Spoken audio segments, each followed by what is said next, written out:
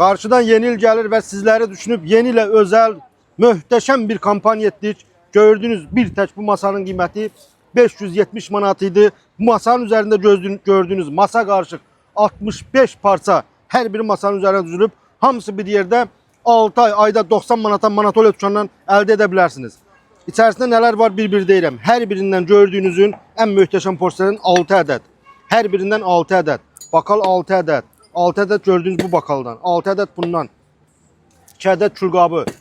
2 adet en möhtəşəm qəttandan. Gördüğünüz 2 adet meyve qabı. 2 adet çaynik ve çaynik altlığı. Gördüğünüz grafin.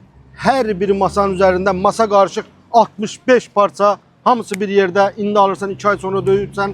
Ayda 90 manat 6 ay ödəməklə bu məhsulu əldə edə bilərsən. Ünvanımız Əhməddə Bakı Teatrın girişdən Bazar Storun qarşısında Manatolya dükkanı. Sifariş ver, hemen ayıraq. Gəldin aldın, gəlmədin qaldın.